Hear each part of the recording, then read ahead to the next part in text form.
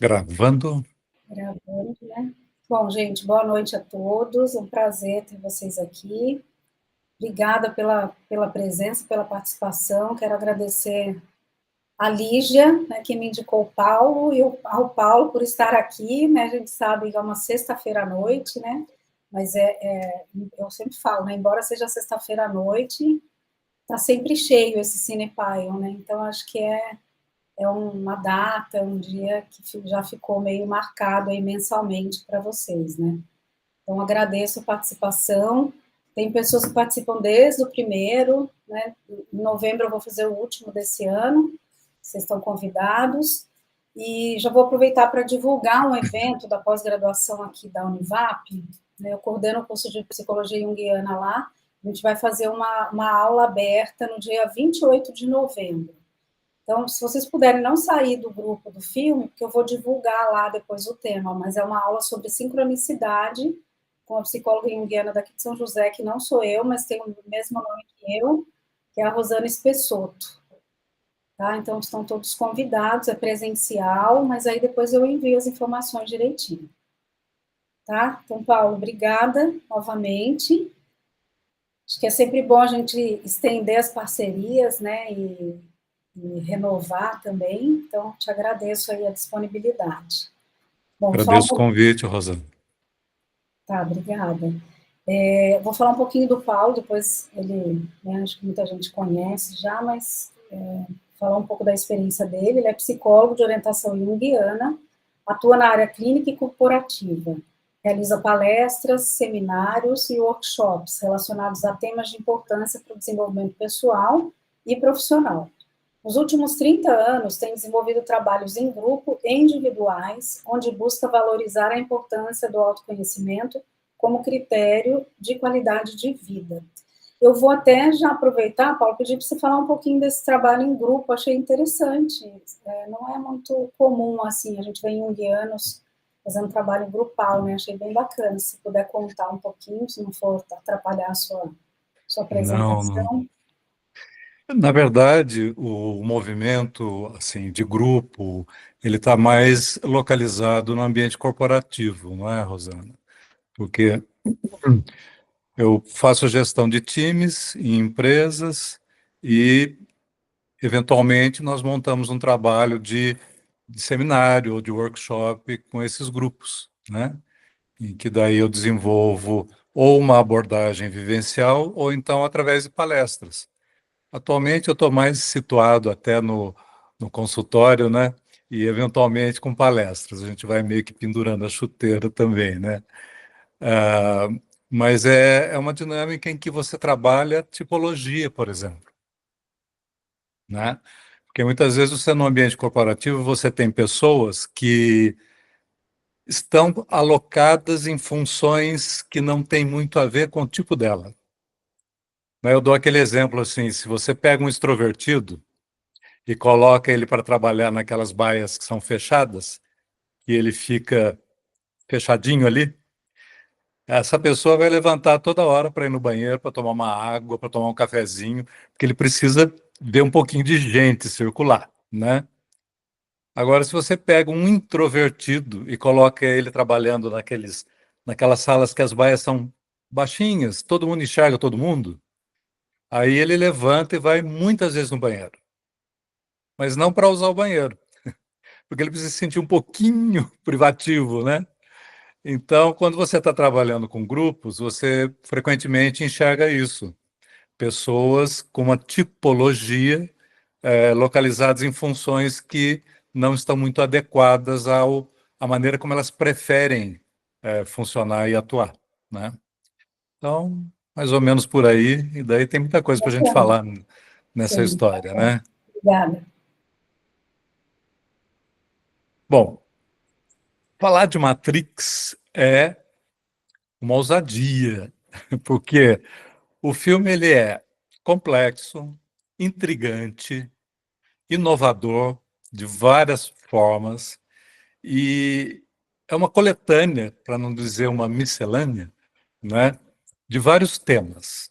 Então, ele esbarra na espiritualidade, no budismo, no zen budismo, no cristianismo, no pós-moderno, na psicologia junguiana, na mecânica clássica, mecânica quântica. Então, você pode fazer uma leitura do filme por vários aspectos, tá? Nós faríamos um seminário desse jeito, quer dizer, abordando. Vamos pegar a maneira como o filme retrata as religiões. Nós teríamos muita coisa para falar. Como o filme trabalha a questão do pós-moderno, porque ele é uma desconstrução de muita coisa, né? Nós falaremos muito também. Então, nesse sentido, eu procurei filtrar, eu procurei localizar um tema específico, que é o processo da individuação. E nós entendemos o que acontece com o personagem que é o protagonista, que é o Neil, tá? E toda a jornada dele, que não deixa de ser uma jornada heróica, no sentido de ele se realizar no processo de individuação dele. Então, eu estou colocando um filtro aqui para pegar um aspecto do filme para que a gente possa explorar esses conteúdos, porque o filme é muito rico em simbologia, em mito, em arquétipos, então nós teríamos muito para falar, tá? Eu acho que o melhor seria eu falar um pouquinho, contar um pouquinho do filme para quem não assistiu, porque tem pessoas que eu acho que não assistiram, tá? Bem resumidamente, o que o filme fala, o que ele retrata, tá? A história é o seguinte: no final do século XX, começo do século XXI, no filme, a humanidade deu nascimento à inteligência artificial. E a inteligência artificial evoluiu e começou a reproduzir a si mesma, ou seja, criar seres de inteligência artificial. Num dado momento, o filme não explica claramente, porque eles não sabem mesmo, né? Eles dizem isso. Começa uma guerra entre os humanos e os seres de inteligência artificial. E nesse momento, as máquinas funcionavam baseadas em energia solar. Então, os humanos destruíram essa possibilidade, destruíram o céu, detonaram com o céu, na esperança de, assim, as máquinas não conseguirem sobreviver. Mas o que elas fizeram, então? Elas começaram a cultivar seres humanos, porque dentro de determinados casulos, eles obtinham a energia dessas pessoas, que na verdade não nasciam, eram cultivadas. Tá? Então, as máquinas adquiriram uma mistura de fusão e de seres humanos como bateria a energia que elas precisavam. Tá?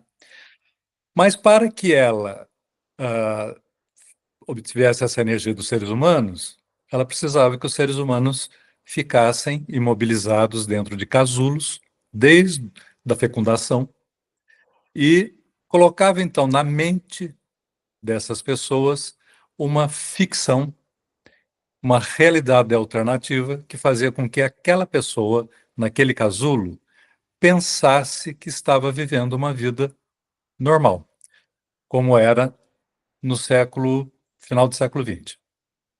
Então as pessoas viviam uma realidade virtual, mas ninguém sabia, porque as máquinas montaram um programa que reproduzia fielmente como as pessoas viviam em 1999, que é o ano que o filme retrata, né? Ou seja, você vivia uma vida dentro da máquina, dentro desse programa, sem saber que você estava vivendo uma vida programada, uma vida virtual. E aí é interessante pensar, que até Morpheus, vou falar dele daqui a pouco, fala para Neo assim, né?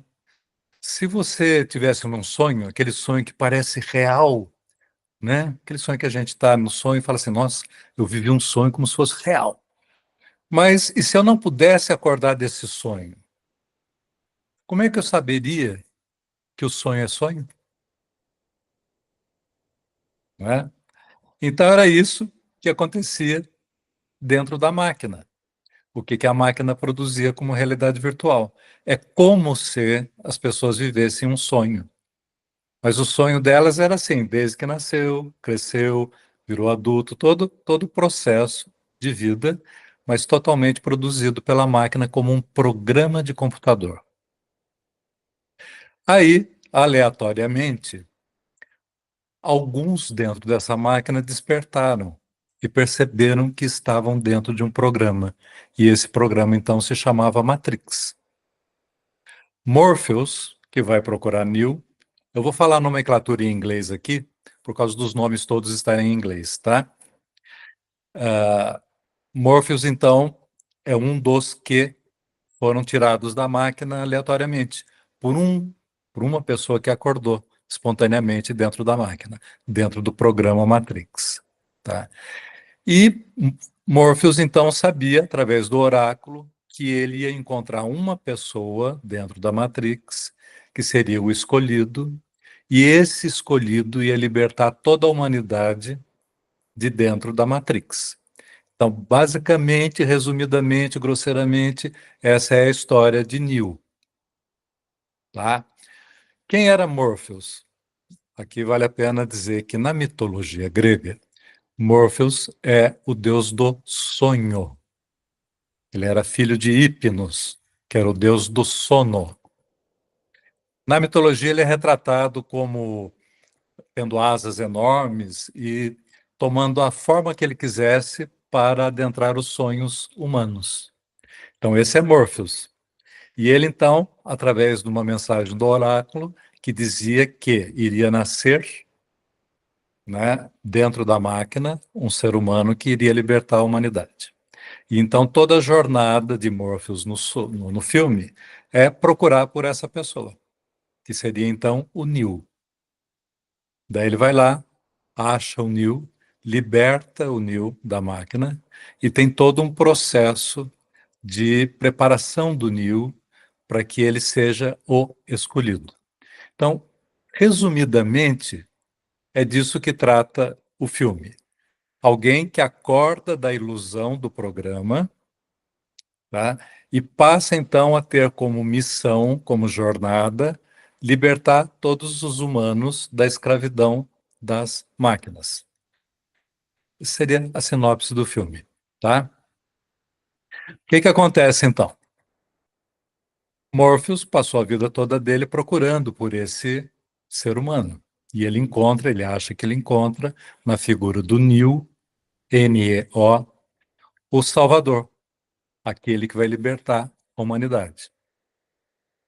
Interessante notar que em inglês a palavra new é um anagrama de one.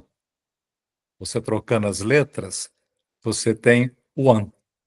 E em inglês é comum você dizer o the one como sendo o escolhido, o cara, o the one. Então é um anagrama que o filme faz com o nome new. New é um prefixo que nós usamos, né, para designar o que é novo. Por exemplo, neonatal, por exemplo, né? Então, o nome New fala de algo novo. Morpheus, o deus do sono, do sonho, tá? Vai resgatar então Neo para salvar a humanidade. E aí começa a história do filme. Neo, então, ele tem uma vida no filme, ele tem uma inquietação. Alguma coisa acontece com ele que ele não está satisfeito, ele não está de bem com a vida. Tem alguma coisa errada que ele não sabe o que é. E isso incomoda ele. E dentro da Matrix, o personagem dele, virtual, ele é um hacker. E como hacker, ele sabota o sistema. E esse sistema que é a Matrix, que é o programa, ele tem como se fosse um antivírus, tá? Que são os agentes, que são os sentinelas para perceber o que está funcionando e o que não está funcionando no programa. E esses agentes, então, começam a perceber que tem um movimento acontecendo ali no programa e eles vão atrás do Neo. O interessante é mostrar que na primeira cena do filme, Neo está deitado numa escrivaninha, dormindo, e na tela do computador dele aparece a mensagem: Wake up, Neo. Wake up. Acorde, Neo, acorde. E nesse pequeno trecho do começo do filme é sensacional, porque a diretora as diretoras do filme, é a Lana e a Lily Wachowski. São duas irmãs. É um trecho curtinho desse início em que ela coloca, de cara, o budismo tibetano, com o conceito do despertar, acorde, Neil, acorde. O pós-modernismo, porque o livro que ele abre para entregar o programa hackeado está escrito Simulacros e Simulação, que é um livro do Jean Baudrillard, que é um pós-modernista que fala sobre a desconstrução do que veio antes, privilegiando a multiplicidade, a diversidade. Então, já de cara, ela coloca o budismo tibetano em cena, o, o pós-modernismo, e em seguida, o Choi, que vem buscar o programa que foi hackeado, abre a porta e ele fala: Aleluia, aleluia, você é o meu Jesus Cristo, você veio me salvar. E o que é interessante, o filme foi lançado no feriado da Páscoa de 1999. Então, num trechinho de começo do filme, ele já pega o budismo tibetano, o pós-modernismo e o cristianismo num pacote só, tá? E o filme inteiro vai ser desse jeito. Então, se você for pegar esses aspectos, você tem muito para falar sobre tudo, né? Mas a jornada dele, a jornada heróica dele começa nesse momento, tá? Porque ele está sendo perseguido. Porque o sistema, os agentes, os antivírus do programa identificaram o movimento que estava acontecendo ali. E eles vão atrás do Neil. Aí essa cena do começo do filme é muito legal, porque ele está trabalhando, ele chega atrasado no trabalho, e o chefe dele diz assim: Quem você pensa que você é? Quem é você para fugir das regras? Olha, ou você entra no horário certo e cumpre com o seu programa, ou você está fora. Aí ele se compromete que ele vai chegar no horário e tal, que ele vai cumprir as regras e vai lá para a baia de trabalho dele. Aí ele recebe um telefonema do Morpheus e fala assim: eles vão te pegar, foge, eles vão te pegar. Só que a maneira dele fugir é pegar um andaime que está do lado de fora do prédio. E ele morre de medo disso. Então ele pode escapar de ser pego, mas o medo o impede. E ele então é capturado pelos agentes. A jornada do Neil é, primeiramente, aquele desconforto existencial que todos nós podemos sentir. Tem alguma coisa que está faltando, tem alguma coisa que eu não sei o que que é, eu não sei o que que eu sinto, mas eu não estou contente com a minha vida, eu não estou contente com o meu casamento, eu não estou contente com a minha profissão, né? Essa insatisfação eu chamaria de o convite da jornada do herói. Você não consegue se localizar direito. Você pode estar com um bom emprego, você pode ter um bom casamento, você ou não, mas a sensação de que está faltando alguma coisa é presente. Então, essa insatisfação é o chamado da jornada. E é isso que o Neil está sentindo nesse começo do filme. Aí então, Trinity surge, eles vão até uma danceteria, um bar, e ela fala no ouvido dele: Eu sei o que você está sentindo. Eu também senti isso. Eu sei o que é não dormir direito à noite. Eu sei o que é morar sozinho, porque eu já senti tudo isso. Mas o que eu quero te dizer é que o que importa é a pergunta. É a pergunta, Nil. O que é a Matrix? O que é esse programa? Então eu vou te mostrar. E daí ela leva ele, então, para conhecer Morpheus, né? Quando ele vai conhecer Morpheus, então Morpheus chega para ele e apresenta as duas pílulas, a vermelha e a azul, e pede para ele escolher. E aí é aquele momento do início da jornada. Eu vou escolher se eu quero conhecer a verdade disso que me deixa insatisfeito, ou eu vou me acomodar e me adaptar à Matrix. Quem é a Matrix? Matrix é o programa em que todos nós estamos, tá? Que programa é esse? os personagens.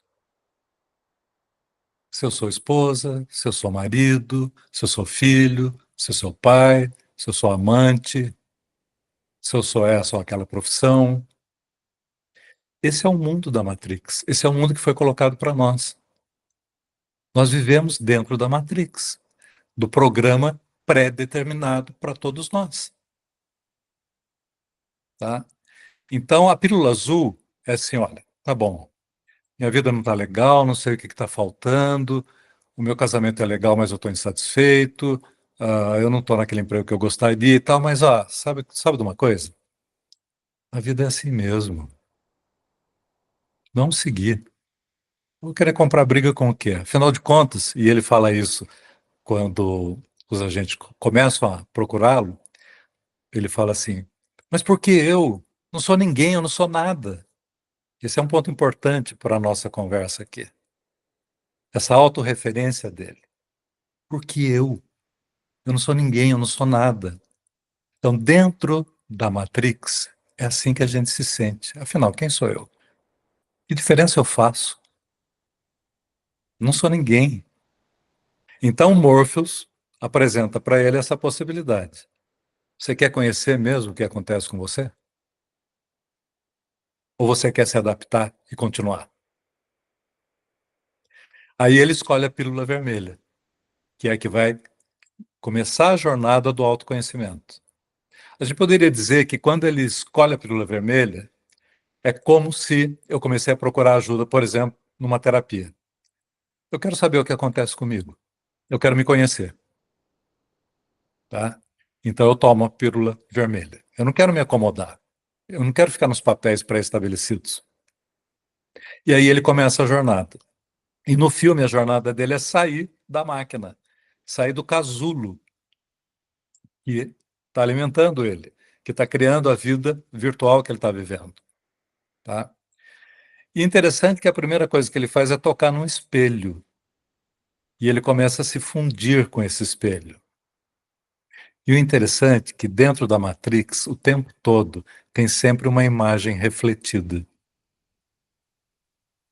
Seja nos óculos, que só aparecem dentro da Matrix, dentro do programa, seja no espelho retrovisor da Trinity, quando os agentes foram atrás dele, seja na colher do garoto, que vai falar que o que entorta é a mente, não é? Mas o tempo todo aparecem imagens refletidas. O que é interessante observar? O que o espelho faz com a gente? O espelho me reflete. Eu me vejo. Ou seja, toda a jornada é uma jornada de eu me conhecer verdadeiramente. Afinal, quem eu sou, não é? Então, Neil começa nesse processo a sair da máquina. Ele é resgatado fisicamente por Morpheus.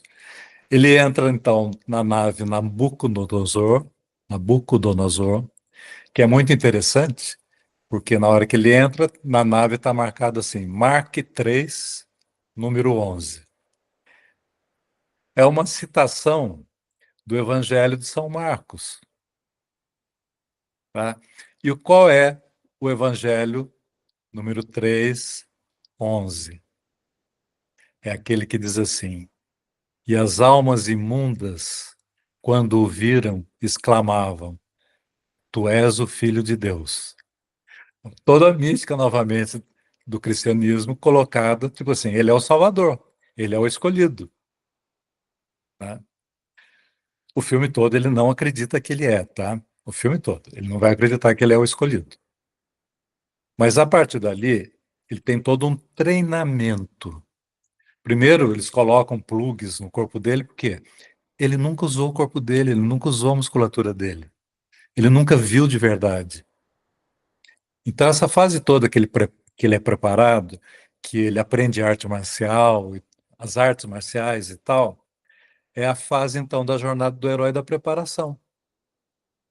Preparação do quê? Preparação do enfrentamento. Enfrentamento do quê? Das nossas ilusões, da Matrix, daquilo que a gente acredita que é a realidade. Tá? Então, essa fase da preparação acontece, né? Ele tem um impacto muito grande psicológico de começar a descobrir a verdade. Ele fica perturbado por isso. Ele, num primeiro momento, ele rejeita essa verdade, ele não acredita que ele estava vivendo uma ilusão, tá? Tem uma dificuldade enorme de processar esse fato de que aquela vida era uma vida falsa. E aí nós temos os dois grandes temas, eu diria, do filme. O que é a realidade e o que é liberdade, né? Porque Morpheus pergunta para ele: você acredita em destino, Neo? Ele fala: não. E o Morpheus pergunta: por que não? Ele responde: porque eu não gosto da ideia de que eu não posso controlar a minha vida,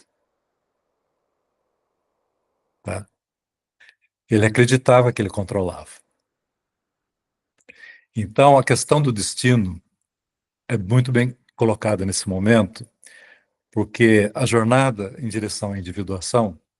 Deixa eu só comentar, dentro do conceito junguiano, individuação é diferente de individualismo, tá?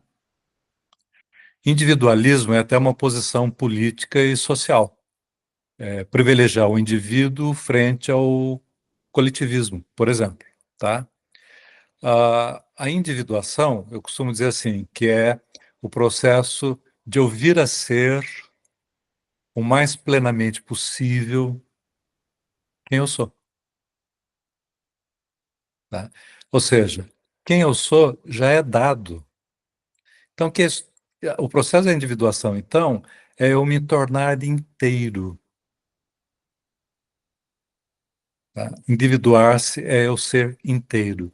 Mas então significa o quê? Que eu não estou inteiro? E por que que eu não estou inteiro? E aí entra então toda a questão espiritual do filme, porque é a questão de libertar a mente da Matrix, tá? E libertar-se de uma realidade que eu acredito que é verdadeira, mas que eu não percebo que ela é falsa. E aí nós vamos entender como é que a gente chega nisso na nossa vida. Nós somos um filhote muito frágil, extremamente frágil. Nós nascemos e precisamos muito que alguém cuide da gente. Preciso de um adulto à minha volta me cuidando, me alimentando, me protegendo, né, me acolhendo. E nós estamos num tempo humano em que é muito precário tudo ainda. Os nossos ancestrais ralaram muito para chegar até aqui. Se hoje eu posso falar de poesia, é porque o meu avô arou a terra quando ele veio da Itália, tá? Então, é um tempo ainda muito primário, porque a gente acabou de sair das cavernas agora. Somos uma espécie muito jovem, tá? Então, quando nós chegamos a esse mundo, nós recebemos, mas quase sempre não recebemos tudo que poderíamos ou precisaríamos. Sempre faltou, sempre teve um gap. E muito cedo, como eu preciso como filhote, de receber atenção, de receber proteção, de receber cuidado, eu preciso que olhem para mim, que me vejam, olha, eu estou aqui. E como o tempo é precário, é claro que por mais que pai e mãe tenham feito bem, faltou alguma coisa. E logo cedo eu percebo que eu dei aquela risadinha, e quando eu dei aquela risadinha, eles olharam para mim. Oba, na próxima vez eu vou dar duas risadinhas. Ou então, se eu parecer assim, ser emocional, emotivo, e olharam para mim, da próxima vez eu vou ser mais emotivo ainda. Ou então, se eu fiz alguma coisa que pareceu que eu sou inteligente, e eles olharam para mim, eu preciso que olhem para mim. Nossa, da próxima vez eu vou ser duas vezes mais inteligente. E se nada disso chamou a atenção, olharam para mim, eu vou ser um problema, porque como problema eles vão olhar para mim. Mas seja lá como for, eu monto uma estratégia de sobrevivência. Logo cedo, muito cedo. Eu sei qual é a música que está tocando e como que eu devo dançar essa música. tá? Essa estrutura, essa dinâmica, essa estratégia defensiva passa a ser, como efeito colateral, a minha identidade. Eu me penso, eu me sinto e eu faço baseado naquele que eu precisei ser e não em quem eu sou. Porque eu precisei me adaptar, eu precisei montar essa estratégia. E aí é quando eu digo que a gente monta o boneco do game, o personagem, tá? E aí a vida que eu vivo é a vida do personagem que eu precisei montar, é a minha estratégia adaptativa. Como eu montei a minha identidade fortemente amalgamada com essa estratégia, eu penso que eu sou esse. Seja bem sucedido ou seja mal sucedido no personagem, não importa. Tá? Às vezes, até ser bem sucedido na estratégia pode até criar mais dificuldade. Mas lá na frente, um pouquinho, eu vou ficar ansioso, porque eu vou desenvolver uma síndrome do impostor. Por quê? Porque quem recebe é o personagem. É aquilo que eu precisei ser. Tá? E quem eu sou mesmo, eu guardei bem guardadinho no meu porão, porque é aquilo que eu não posso, talvez, falar, ou não posso sentir, não posso fazer, não posso expressar, porque eu estou vinculado ao personagem. Esse mundo do personagem, para nós aqui, traduzindo o filme, é Matrix. A gente acredita que viver é viver o personagem. E a gente se agarra fortemente nele, porque ele foi minha tábua de salvação. Ele foi o que me deu segurança. Como é que eu vou abrir mão disso? Então, no exercício, no caminho, no processo de eu me individuar, de eu ser inteiro, eu vou resgatar aspectos de mim mesmo que, por alguma razão, eu precisei deixar em off. Tá? E essa é uma tarefa que não é fácil. E por isso o filme retrata tão bem os desafios de Neil ao longo da jornada. Para ele se resgatar, para ele acreditar que ele é o escolhido. Tá? Que ele é especial, que ele é importante. Ele, raiz, ele, self. Ele, o si mesmo, e não o personagem. Então, muito do que a gente sente, dessa insatisfação, disso tem alguma coisa faltando, eu não sei o que que é, às vezes eu estou bem, mas cai naquela frase, né? O anseio de ter e o tédio de possuir, né? Que é forte isso, mas isso acontece. Né? Eu acredito que quando eu tiver aquele carro, quando eu estiver transando do jeito que eu gosto, quando eu estou no mundo virtual o tempo todo. E aí é uma característica do nosso cérebro. O nosso cérebro não diferencia entre o que é fato, o que é real e o que é imaginação. Então nós temos uma facilidade enorme de viver o mundo virtual, um mundo de representação, um mundo de imagem e não de realidade. Porque a realidade estaria no nosso corpo. Tá? Então, por mais que eu esteja no mundo virtual, até no mundo dos sonhos, eu nunca viverei nesse mundo um processo de autorregulação do meu corpo, que é o único lugar onde eu teria satisfação de verdade. Então, por mais que na representação da realidade nós temos uma facilidade muito grande com isso, né? Por mais que seja satisfatória essa representação, que o papel que eu vivo no mundo, né, o como eu performo no mundo, se eu sou bem-sucedido, se eu não sou bem-sucedido, né, tudo isso passa a ser então uma matrix, um mundo virtual. E a gente acredita que viver é isso. A gente acredita que viver é viver esse personagem que a gente criou para lidar com o mundo. Então, o tempo todo, Neil recusa o fato de que ele é o escolhido. porque ele se pensa dentro do personagem que ele viveu dentro da Matrix o tempo todo, né? Ah, o processo vai evoluindo ao longo do filme, né? Deixa eu pegar minha colinha aqui, porque tem muita coisa, né? E o símbolo maior dessa realização é quando eu começo a perceber, e não é fácil chegar nessa percepção, e a alegoria que serve muito para isso é a Caverna de Platão. Platão, filósofo, no livro República, ele traz essa alegoria da caverna, que conta a história assim, que vários prisioneiros nasceram a vida inteira e viveram a vida inteira dentro de uma caverna, tá? E nessa caverna eles viam vultos projetados, que eles não sabiam que era projeção, na parede. E eles entendiam que aquilo que eles viam era a realidade.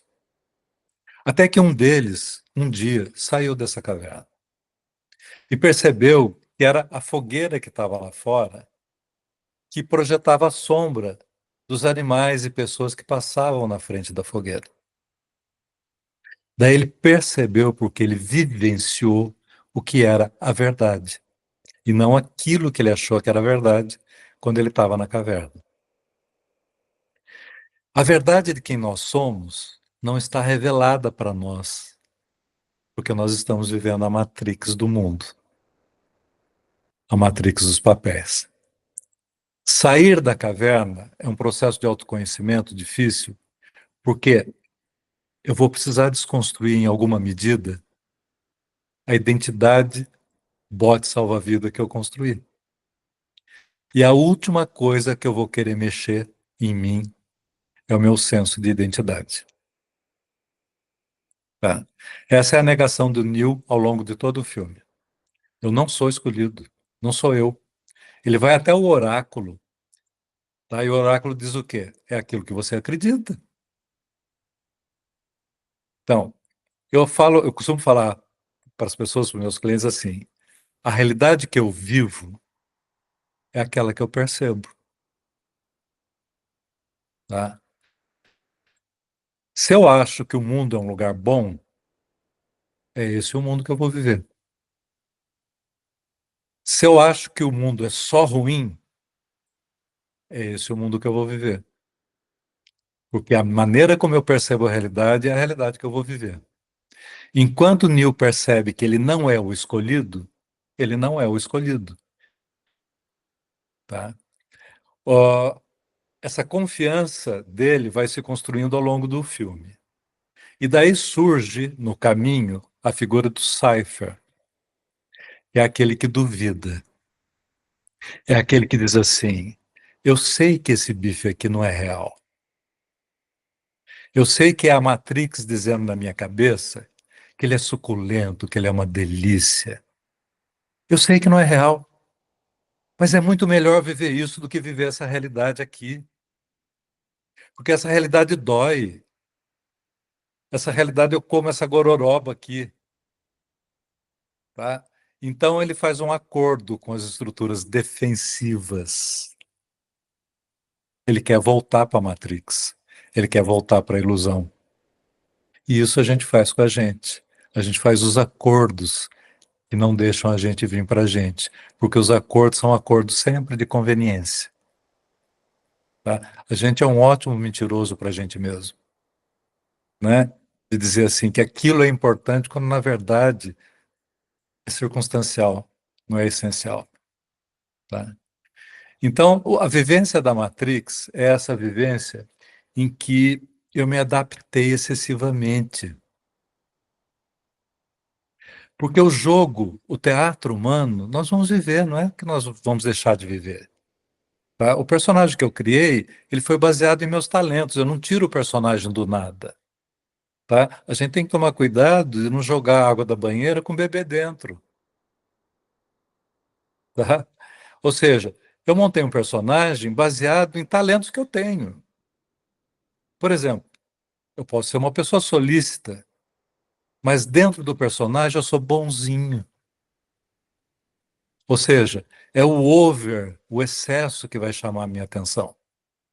É esse over que nós vamos trabalhar numa terapia. Porque você está refém do over. Você está refém do papel que você construiu para você representar. Né? Então, o caminho para a individuação é um caminho para a autenticidade, de eu ser quem eu sou.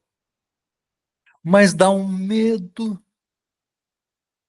dá um pavor, porque eu fui aceito pelo personagem que eu criei.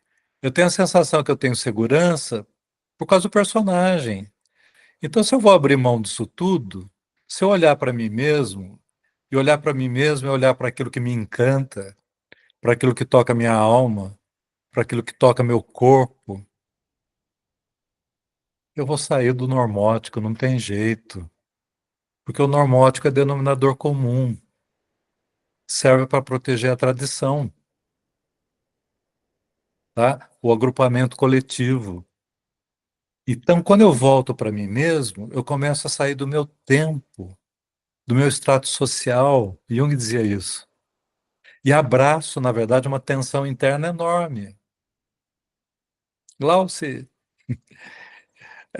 e abraço uma tensão interna enorme, porque ser eu é abrir espaço para o que eu sinto. E o que eu sinto pode ser diferente do que é dito que eu deveria sentir. Tá? Então eu entro num conflito muito grande entre aquele que eu preciso ser e aquilo que de verdade eu sou. Então dá para dizer que dentro da Matrix, dentro do programa que a gente acredita que tem que viver, nós todos somos mentirosos, tá? Porque eu nunca falo de mim, de verdade. Eu nunca falo de mim até numa relação íntima. Eu coloco filtros e filtros e filtros, tá? Então, o filme ele é fantástico porque ele descreve exatamente esse processo de eu estar insatisfeito, de eu estar descontente com alguma coisa que está errada no mundo que eu não entendo o que que é. Aí, esse descontentamento, esse desconforto de alguma natureza, me coloca numa busca de querer conhecer, de querer entender o que que acontece comigo. Essa busca começa a não sair de mim, e ela é importantíssima, porque daí eu evoluo para a pergunta, afinal, o que acontece comigo? Tá? Afinal, quem que eu sou de verdade? Essa busca, essa pergunta, então, vai me levar em frente a eu começar o processo, a jornada heróica, tá? De eu enfrentar os meus dragões, de eu enfrentar os meus medos, de eu enfrentar minhas inseguranças, de eu começar um processo de entender que eu posso me diferenciar, que é ok eu me diferenciar, tá? E aí eu vou ter uma guerra enorme com as estruturas defensivas, coletivas e pessoais. Porque eu vou, em alguma medida, sair fora daquilo que é normal. Em muitos momentos eu vou pensar que eu estou louco, tá? Eu saio da referência que é dito de como que eu deveria ser e pensar e sentir e fazer. Porque esse é o programa já pré-estabelecido. Tá? Neil vai nessa jornada até ele continua não confiando que ele é o escolhido, que é com ele, que é nele que tudo acontece, tá? E nesse momento, então, ele parte para o enfrentamento, ele decide enfrentar. É a hora que ele resolve não pegar o telefone e sair dali. Ele começa a enfrentar o agente no fim do filme. Ele vai enfrentar, tem aquela tensão toda, é perseguido e tal. Chega uma hora, os agentes atiram nele e ele morre. E nessa hora, Trinity, que está lá do lado de fora, né, da Matrix, olha para a cena. Morpheus então fala: não é possível. Ele não vai morrer, não é para ele morrer. Mas Trinity vai no ouvido dele e diz assim: você não está morto, não pode ser, porque o oráculo disse que eu me apaixonaria pelo escolhido. E eu me apaixonei por você. Então, você não está morto, Nil. Ali, a Trinity perde o medo de revelar o amor dela. E durante todo o filme, ela não revela. Nessa hora, ela perde o medo. Nessa hora, ela sai da estrutura defensiva dela. E é esse amor, então, que ressuscita Nil. Novamente, o símbolo do cristianismo da ressurreição. E a ressurreição acontece através do amor. Isso é um ponto importantíssimo, tá? Porque é só quando eu volto para a dinâmica do sistema nervoso parasimpático, que é o autorregulador do meu organismo, é que eu vou poder sentir, inclusive, amor. Senão eu estou na idealização do amor. Senão eu estou na idealização da vida. E por mais que eu viva um mundo virtual, eu nunca vou ter a autorregulação fisiológica, porque é só no corpo que eu tenho isso. É só quando o nervo vago está tonificado que eu tenho isso, que eu tenho relaxamento, que eu tenho prazer, tá? Mais ou menos assim. Vamos imaginar uma pessoa que a vida inteira ela só enxergou preto e branco, porque ela tinha um defeitinho lá nos cones lá da retina, ela só enxergava preto e branco. A vida inteira dela, tá? E vamos imaginar assim que você chegou perto dessa pessoa e tentou explicar para ela como é que é a cor vermelha.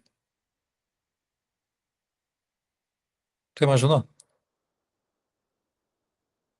Como é que eu vou descrever a cor vermelha para alguém que nunca enxergou essa cor, que só enxerga preto e branco? Praticamente impossível, a linguagem não permite. Tá? Mas vamos imaginar então que a ciência evoluiu de tal maneira que identificou o que acontecia na retina dessa pessoa e conseguiu lá reparar o dano ou estimular o que estava sem estímulo, e ela voltou então a enxergar colorido, ou ela enxergou colorido pela primeira vez. E agora você pode dizer para ela, essa aqui é a cor vermelha. E ela vai experienciar a cor vermelha, tá? Ou a cor verde. Então, o mundo virtual, o mundo da representação imagística, que nós somos tão bons nisso, que a natureza botou esse neocórtex em nós, tá? Ele pode ter tudo o que parece ser real, mas ele nunca será a realidade, porque a realidade sempre vai acontecer no corpo. E é esse corpo que está prisioneiro dos papéis que nós temos que representar na vida, tá? Então, esse mundo virtual, a Matrix, ela nos expropria da experiência concreta da vida, porque nos expropria do nosso corpo. E hoje, a rede social é um exemplo impressionante disso. Então, por que a ansiedade extrema? Por que a crise de pânico tão comum? Por que tanto suicídio? Por que tanta depressão? Porque a vida está virtual. E por que a gente não vem para a vida real? Por que o processo de individuação não acontece? Não tem espaço para amadurecer? Porque eu não quero lidar com a tensão interna de quem eu sou. E a tensão interna de quem eu sou é o continente em mim para lidar com as polaridades. Porque consciência só se faz através da elaboração dos contrários. Eu só ganho consciência, por exemplo. Como é que eu sei que está claro aqui? Como é que eu sei disso? Eu conheço o escuro. Se eu não conhecesse o escuro, eu não saberia o que é claro. E assim é com tudo. Para eu fazer consciência, que significa conhecer, eu preciso ter continente para lidar com a tensão dos opostos dentro de mim. Tá? E essa continência é que vai fazer com que eu evolua meu nível de complexidade mental. Robert Keegan, ele tem um conceito muito legal em cima disso, que ele fala mente social. A transição da mente social para a mente autoral, quando eu percebo que eu sou sujeito, tá? E não refém. Mas para eu ser sujeito, para eu ampliar meu nível de consciência, eu preciso ser capaz de conter a tensão dos opostos dentro de mim, que o mundo virtual não permite. É só quando eu consigo essa integração dessas polaridades de quem eu sou, das minhas contradições, daquilo que em mim é acerto e daquilo que em mim é erro. Quando eu consigo suportar isso, é que eu cresço na minha individuação, porque eu consigo me acolher nas minhas contradições. E por incrível que pareça, eu consigo olhar para mim e gostar desse que eu sou. E perceber numa dinâmica de ampliação, né? Pegando aí então carona com todos os registros espiritualistas, né? Do budismo, do zen budismo, do hinduísmo, do cristianismo, de que, de que existe um estado de consciência maior, de que tem um estado de ser onde eu vou além da tensão e do conflito dos opostos dentro de mim. É aí que eu realizo a minha individuação, esse que eu sou. Porque daí eu vou começar a perceber o numen, né? O luminoso, ou seja, a experiência de arrebatamento, contemplação, apreciação do fenômeno que é existir, como sendo a experiência mais essencial desse processo todo. Então, nessa hora que a Trinity fala, eu amo você, não pode, você é o escolhido. Esse amor, então, ressuscita ele. Pela primeira vez, ele consegue enxergar os padrões. Os agentes começam a virar letras, né? Aquelas letras verdes descendo. Então, ali ele fala assim: ele enxerga o programa. Ele enxerga que ele está dentro do programa. E ele enxerga que ele não é o programa. Esse é o ponto central. Esse é o ponto da salvação. Esse é o ponto da libertação da mente, da iluminação, do despertar. É aquele trecho, então, do Siddhartha, aquele livro do Hermann Hesse, quando o Siddhartha foi para o mundo, né, ele tinha um amigo que era o Govinda. E Govinda, então, se separou porque Siddhartha foi para o mundo que ele queria entender por que existia sofrimento no mundo. E passaram anos sem se ver. Um dia, Govinda está para atravessar o rio. O símbolo é interessante, né? Saiu de uma margem para outra. E o barqueiro é o Siddhartha, o amigo que ele deixou lá atrás e nunca mais viu. Aí ele vem e abraça Siddhartha. E quando ele abraça Siddhartha, as imagens do mundo passam pela mente do Govinda. E aí, Govinda vira para Siddhartha e pergunta: o que mudou? E o Siddhartha responde: cessou a luta. Essa é a iluminação. Esse é o estágio de consciência que eu posso atingir na medida em que eu olho para mim, diferenciado do papel que eu precisei representar, da vida que eu entendia que era a vida, dentro da Matrix. Isso não me tira da vida, isso não me tira do teatro humano, pelo contrário. Aí eu vou brincar com o teatro e não sofrer o teatro, tá? Eu vou viver o meu personagem, eu vou curtir, eu vou viver meus talentos, mas eu vou ter um discernimento do que é circunstancial e do que é essencial. E o essencial é esse que eu sou, porque é em mim que a vida se revela. Porque o fenômeno vida acontece em mim, tá? Eu sou os olhos do universo mesmo. O universo se vê através dos meus olhos. Então é esse o lugar que eu ocupo. E por ocupar esse lugar, eu sou o escolhido. Eu sou o filho predileto de Krishna, tá? Porque é esse o lugar que nós ocupamos. Ocupamos quando a nossa capacidade de conter a tensão interna. Por isso, então, todos as distrações do mundo, seja adições químicas de qualquer natureza, seja rede social, seja qualquer coisa, então, que me distraia de mim, não coopera para que eu me conheça. Agora, o mundo está aí, não é para negar o mundo, não tem nada errado com o mundo, tá? Aliás, o mundo nunca foi um lugar tão bom de se viver como hoje. Nunca. Em todos os sentidos, em vários aspectos, né? Mas a individuação, então, é quando eu sei, eu conheço quem eu precisei ser e entendo que esse que eu precisei ser não responde pela totalidade de quem eu sou, né?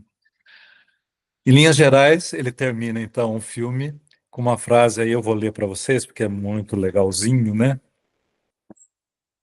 Em que ele então sai, ele vence a estrutura defensiva, né? A estrutura defensiva é, são os agentes, são as nossas estruturas defensivas, baseadas no medo, no controle, né? No medo de perder o controle. Então, eu não vou para a estrutura da dinâmica criativa. Deixa eu ver se eu acho aqui. E então o Neo se abre por uma possibilidade nova. Tá aqui. E no final do filme, então, ele diz assim: vou mostrar a eles, sem vocês, falando para a máquina, para a Matrix, um mundo sem regras e controles, sem fronteiras ou limites. Um mundo onde qualquer coisa é possível. Um mundo sem limites, onde qualquer coisa é possível e um mundo em que todos têm o poder de moldar a realidade.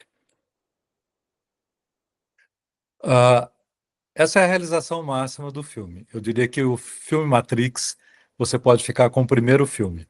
O segundo e o terceiro da série é faturação de Hollywood, mas assim, o recado está dado nesse primeiro filme, tá? Ele conta para gente do nosso processo de individuação através de uma jornada heróica, que é o enfrentamento, que é o autoconhecimento, que é entender o programa no qual nós somos inseridos, a acreditar que viver é esse programa, que viver é essa realidade, que viver é desempenhar esse personagem e fazer uma jornada de reintegração, de uma totalização de mim mesmo. Ou seja, acolhendo a partir desse autoconhecimento, dessa autorreferência, aspectos de mim mesmo que eu precisei deixar pelo caminho. Tá? Tem muito mais coisa para falar, mas acho que eu já falei muito. Então, agora eu acho que sim, já completamos aqui uma hora de conversa não, de monólogo, né? E podemos trocar ideia agora. O que vocês acham?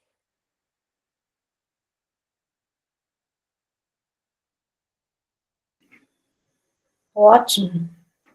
Fiquei pensando assim, o filme é de 99, né, que você falou, Paulo? 99. E assim, parece que tá falando de hoje, né? É super atual, né, Rosana? Super atual.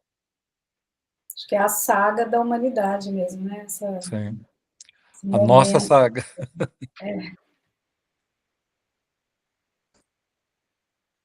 Fiquem à vontade, tá? Para comentar. Paulo, Ô, Cleito.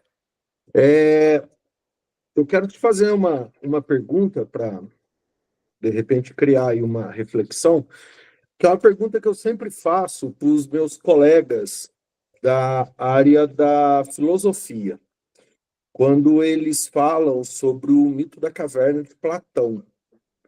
Uhum, E eu sempre pergunto para eles assim: até que ponto a experiência vivida por quem saiu da caverna, né, saiu daquele ambiente onde as sombras eram projetadas na parede, uhum, não é apenas uma experiência vivida em outro salão da caverna, trazendo para o filme até que ponto o Neo não passou a viver uma nova experiência dentro de uma nova Matrix. uhum. Tá. Aí seria você acreditar na representação da realidade novamente. A questão é super interessante e pertinente, tá? Porque se você olhar, quem é que percebe a realidade? É a nossa mente. Tá? E quem diz, então, que a realidade que eu percebo fora da Matrix também é uma realidade, que é o que você está dizendo. Então, tem um cara chamado, um psicólogo chamado Donald Hoffman, um americano, que ele coloca uma coisa muito interessante, tá? Que ele fala assim, que tudo nós enxergamos aqui fisicamente, na verdade, são ícones na tela de um computador. Que nós não enxergamos de fato o que é a realidade. Mas daí nós estamos no território da filosofia, né? Da física quântica, né? E ampliaríamos tremendamente o raciocínio aqui, que é o que a Matrix também propicia. Tá? Seria, quando eu falo de seminário, é isso. Se a gente abrir por aí, o que que é a realidade, então? Se tudo está sendo processado pelo meu cérebro, né, é ele que, na verdade, lê a realidade, o que eu enxergo, o que eu escuto, o que eu sinto, né? Quem diz que isso aqui, então, é a realidade? Então, o Donald Hoffman diz assim, que a gente não é capaz de perceber a realidade de fato.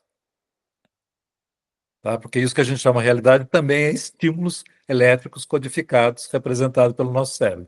Mas aí, então, nós estamos dentro de uma casquinha, de uma caixinha dentro de outra caixinha, né? Mas aí a gente vai longe. Então, vamos deixar o lado de fora aqui como a realidade, tá? Para efeito dialético.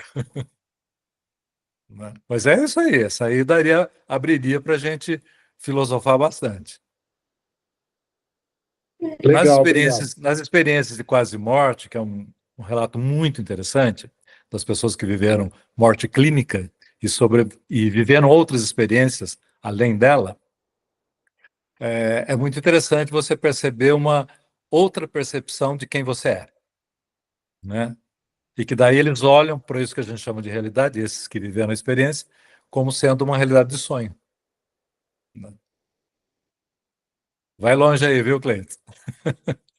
Legal a Obrigado pergunta. pela Legal a resposta. pergunta. O Paulo, tá me Quem? ouvindo? Ricardo, você está aí. Tô... Cheguei Legal, atrasado, mas cheguei. legal. Eu queria fazer um gozado. Ouvindo a parte que eu ouvi você falando, eu não assisti o filme de novo antes do, Uhum. é, do, O do nosso cine. bate-papo aqui. Isso, do bate-papo. Só que é lógico que eu me lembro, porque eu já assisti esse filme. E aí, a maneira que você expôs, nossa, faz uma reconexão pelo menos com a minha, com aquelas insatisfações, aquela, tipo, a individuação, né, que você comentou. O que eu queria, é uma pergunta que talvez é uma especulação, mas a impressão que eu tenho é que, às vezes, a gente assiste um filme e não é tão consciente, mas a mensagem daquele filme fica Uhum. dentro de nós e parece que ó, faz mais de 10 anos, acho que esse filme foi Uhum. lançado, né? Repercute, né, Rick? Repercute. É impressionante como É, repercute toca, né? conecta, exatamente. Fala, putz, Uhum. grilo, quanta coisa a gente, às vezes, se perde, né? Se perde, que eu digo, a palavra perder é muito pobre para isso, mas você está indo para querendo encontrar, vamos dizer, você mesmo e faz atalhos, né? E dá um desvio e tal. E a impressão que eu tive é que eu falei, nossa senhora, tem tanto tempo que eu assisto esse filme, e ouvindo você falar, deu uma reconexão comigo mesmo, sabe? Oh, que legal. Uma Agora, coisa muito legal. o filme, Ricardo, ele é assim, ele tem toda uma dimensão mítica e arquetípica. Mas aí nós pegaríamos Jung para destrinchar isso, né? Quer dizer, é tocado de qualquer forma, porque ele evoca muitos mitos, né? E muitos arquétipos, né? Coisas que nós trazemos já dentro de nós. Então, se pegássemos por aí, nós teríamos uma ampliação enorme de por que que só assistindo o filme já, né? É a mesma coisa que um sonho. Mesmo que você não interprete um sonho, o fato de você ter sonhado, os elementos daquele sonho, eles já mobilizaram um quanto energético, psíquico dentro da gente, né? É gozado que eu tenho comentado com a mãe que quando eu viajo, principalmente, eu sonho muito. E agora que eu fiz uma mudança e vim para um apartamento, né? Saí da minha casa, vim para um apartamento, também tenho sonhado. E às vezes eu não sei, não entendo nada do que eu estou sonhando. Mas passa-se um dia, 2 dias, a minha disposição, vamos dizer, a minha alegria, às vezes. Eu levanto um dia assim, super. Nossa, deve ter alguma coisa a ver com o sonho. É bom para gente relativizar, né? Tipo assim, talvez tenha um outro departamento aqui que comanda a cena mais do que eu, né? Exatamente isso que eu penso, que eu Aham, pensei.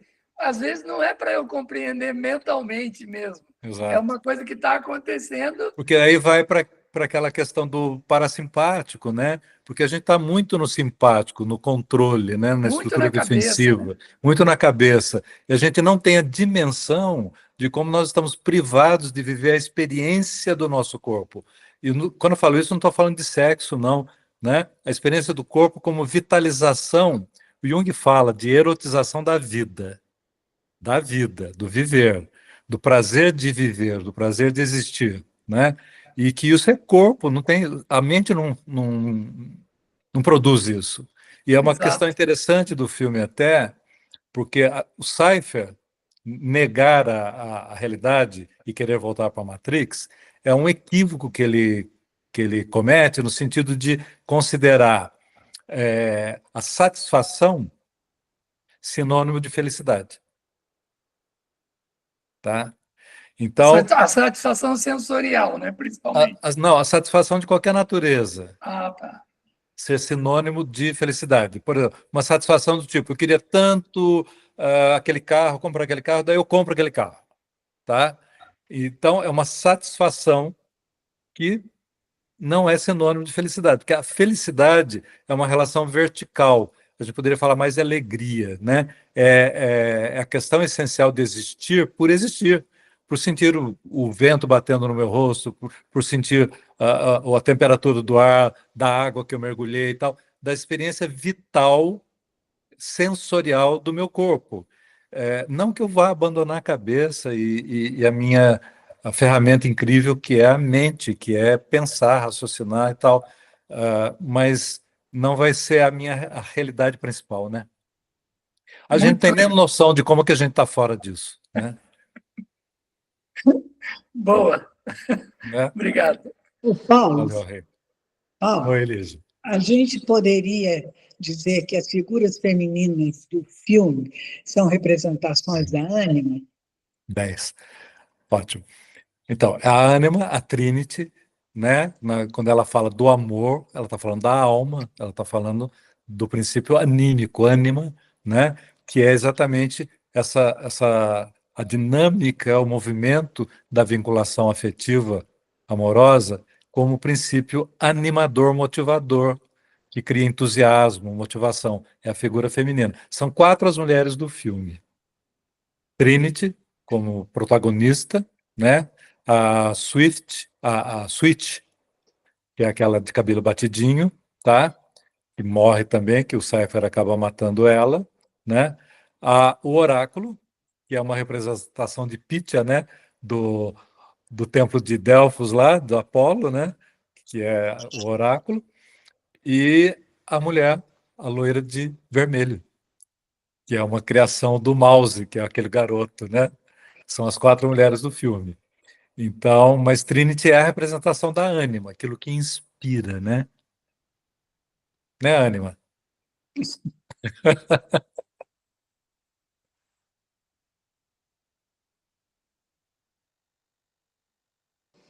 Esse Dá para filme, explorar mais, né? A ânima, dá, né?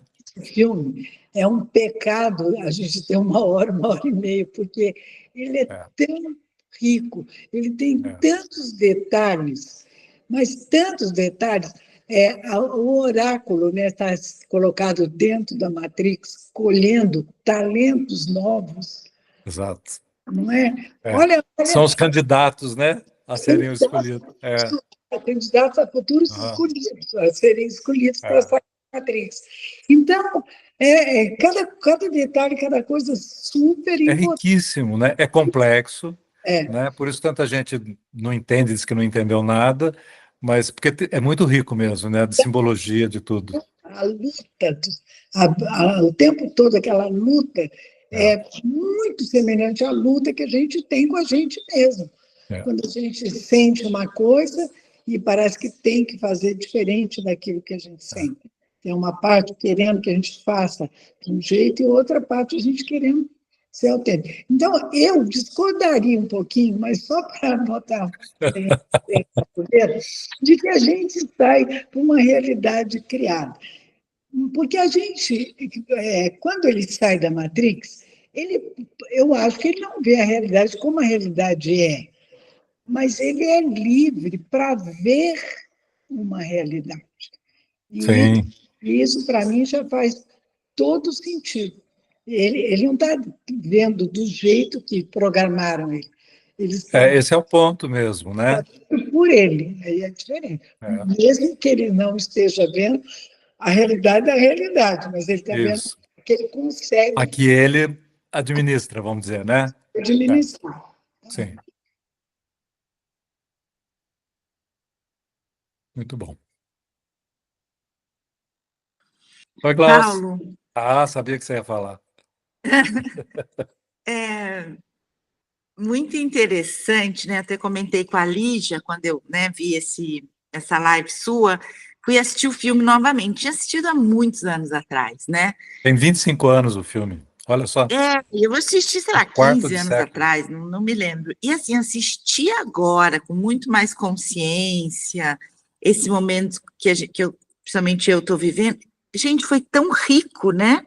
Uhum. E vivenciar isso tudo, gente, como a gente continua preso, né? Como alguém aqui Isso. falou, meu Deus, esse filme tem 25 anos, essas pessoas, esses diretores, esses roteiristas já estão anos à luz, né? Vendo essa parte toda. Uhum. E uma coisa que é muito interessante, que esse filme mudou a vida do Keanu Reeves, né? Ele é uma pessoa Foi, mais foi. desapegada, o que ele faz, ele doa para as outras pessoas, vive super simples. Acho que marcou muito também para ele, né? É muito interessante ver a A trajetória figura dele. dele já, né, já predispôs ele a desempenhar esse personagem, né? É, Né? muito legal. Então, identificar a Matrix que a gente vive é uma jornada e tanto, né? Porque a gente se agarra na defesa daquilo que a gente construiu como percepção própria, né? Nossas crenças pessoais, né? Aquilo que eu acho que é a verdade, né? E de repente questionar só isso, não é nem mudar, né? É só parar para pensar, será que é assim mesmo? Né? Já abriria um caminho, um espaço, né? De eu olhar para outras coisas. Porque dentro do personagem, dentro da Matrix, que é esse conjunto de como me comportar, como falar, como ser, né? É,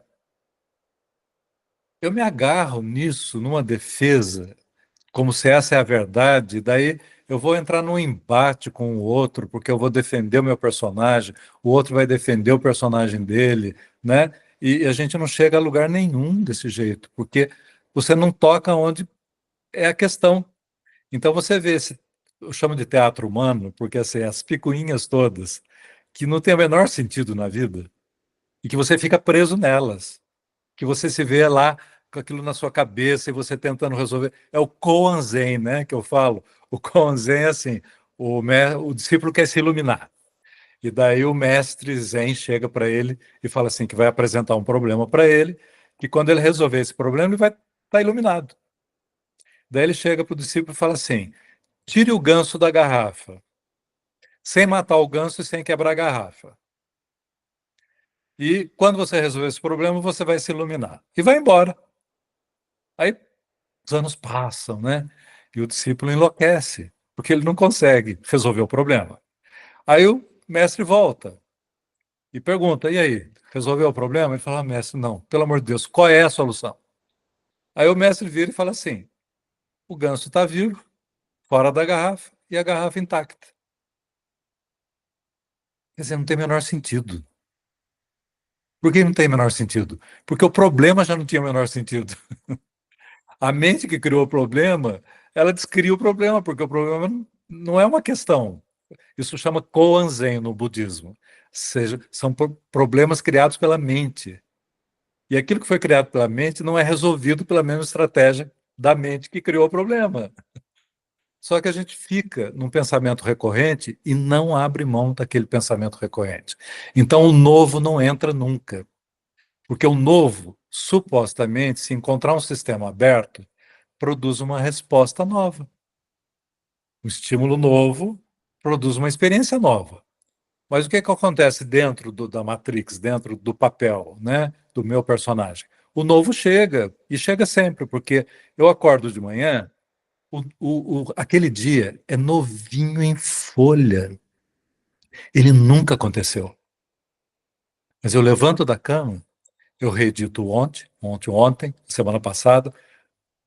No que eu levantei da cama, o dia já não é novo, ele já é uma repetição. Ele já é uma simulação, né? Então, o novo não tem chance de produzir o efeito, a ressonância que ele produziria e que daria prazer de viver. Porque a alma é curiosa, ela quer experimentar. Ela não gosta de rotina, ela não gosta sempre do mesmo. Complica a vida de muita gente, mas ela não gosta sempre do mesmo, entendeu? Ela é curiosa, mas isso precisa ter uma abertura para o novo, de eu ser responsivo ao novo.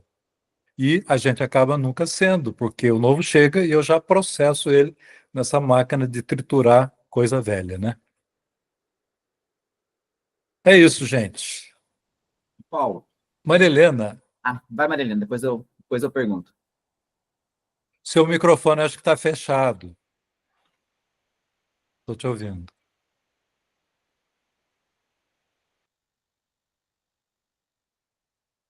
Acho que não abriu ainda. E agora? Agora sim. Ah, o Paulo, eu estou gostando demais disso, de tudo isso que você falou do filme. Eu assisti esse filme 2 vezes, até eu já comentei com a Lígia, mas eu não entendi nada, nada de Uhum. nada nesse filme, entendeu? Eu assisti por assistir. Falaram que era um filme muito bom, eu fui assistir. Mas hoje, você falando do filme, você foi desvendando coisas aqui dentro de mim, entendeu? Que eu estou Que bom, Maria vivendo. Helena. Que eu estou vivendo. Então, agora eu compreendi o que é a Matrix. Uhum. Finalmente eu Tá. compreendi que tem Legal, coisas, muito bom. em ebulição aqui dentro de mim, entendeu? Então Aham. eu quero colocar isso aí. Só em colocar isso aí já é o novo para mim, Excelente, ótimo. Fico tá contente bom? de ter É o novo. produzido. Eu também. Muito Obrigada. bom. Então, obrigado a Obrigada. você, Maria Helena. Ô, Paulo, só uma pergunta. Deixa eu só Alguma. ir pro Cláudio, que ele entrou um pouquinho antes de você. Desculpa. Não, na boa. Cláudio. Ô, Paulo, eu só queria pegar um gancho daquilo que você acabou de falar, dos koans e do budismo, e daquilo que você comentou, que eu achei muito legal, a relação que você fez no início com a jornada do herói, do Neo. E você começou falando que ele sentiu aquela sensação de insatisfação. E hoje a gente percebe também muito, né, aquela sensação de vazio, insatisfação também, né, nas pessoas e a gente no modo geral.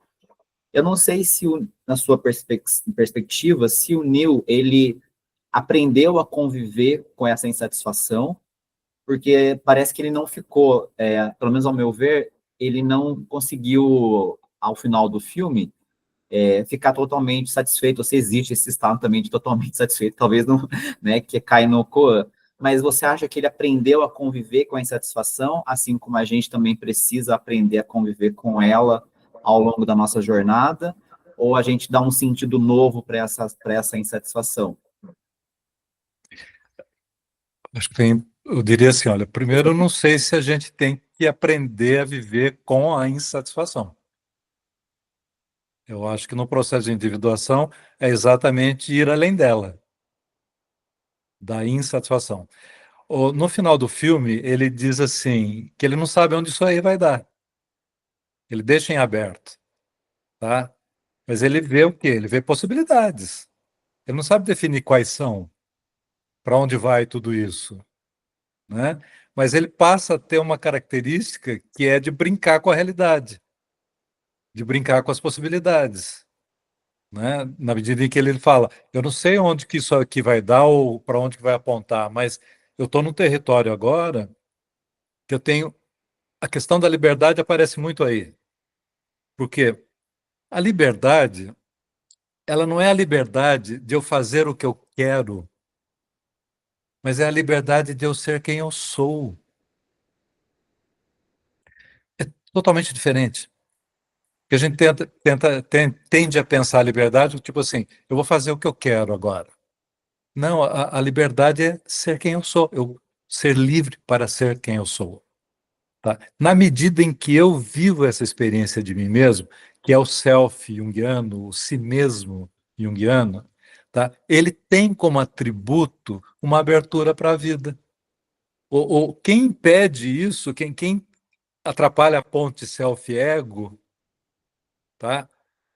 Não é a insatisfação do self, não existe isso, porque o self seria a expressão plena, porque o self ele quer acontecer no mundo, ele quer experienciar o mundo, e se ele tiver um espaço para isso, o efeito colateral disso vai ser prazer de viver, alegria com a vida, né? Porque a satisfação pressupõe uma insatisfação. Mas a insatisfação, se você for olhar, ela está sempre vinculada ao personagem que eu tenho que representar. A inautenticidade cria a insatisfação. Tá? Na medida em que eu consiga ser autêntico, ser quem eu sou, o meu entorno passa a ser a expressão disso. Aí eu tendo a pensar que essa insatisfação ela perde o sentido, né? Então, eu não sei se ele passou a não ter mais insatisfação, né? Porque ele deixa tudo aberto, né? E abraçar a possibilidade, no caso, no final do filme, seria isso que eu comentei, de repente ter uma abertura para o novo, né? Parece que o ser humano é um ser de insatisfações, né? Acho que isso vai acontecer ao longo da nossa jornada. Acho que por isso que o processo de individuação não tem fim, né? Não dá para Sim, ele não tem fim, exato. caracterizar um fim, né? É. Não é... Uma plena satisfação, você quer dizer, né? Exatamente. Mas é que essa insatisfação que a gente fala, né? Ela é uma insatisfação, de certa forma, de um conteúdo frustrante com relação à vida, né? Então, eu acho que é essa frustração com relação à vida que gera essa insatisfação, que daí ela, digamos, num processo de autorrealização, ela deixaria de ser dessa forma, né? Agora, fisiologicamente, eu posso estar insatisfeito porque eu estou morrendo de fome.